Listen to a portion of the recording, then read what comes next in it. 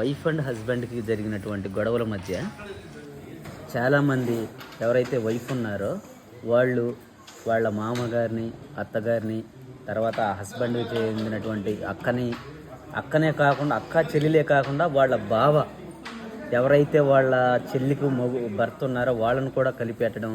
ఇంతేకాకుండా విదేశాల్లో వీళ్ళకి ఎవరైతే బంధువులు ఉన్నారో విదేశాల్లో ఉన్న వాళ్ళ మీద కూడా కేసులు అనేది పెట్టడం జరుగుతుంది. సో అలాంటి వాళ్ళకి ఏ కేసులు వేయాలి, వాళ్ళకు ఉన్నటువంటి రెమెడీ ఏంటి అనేది కొంచెం మాకు చెప్తారా? ఈరోజు రేపు చాలామంది ఈ క్లయింట్లు ఇదే ప్రశ్నలతో బాధపడుతున్నారు. దీనికి రెమెడీ ఏంటంటే హైకోర్టులో ఎఫ్ఐఆర్ మీద క్వాష్ పిటిషన్ వేసుకోవచ్చు.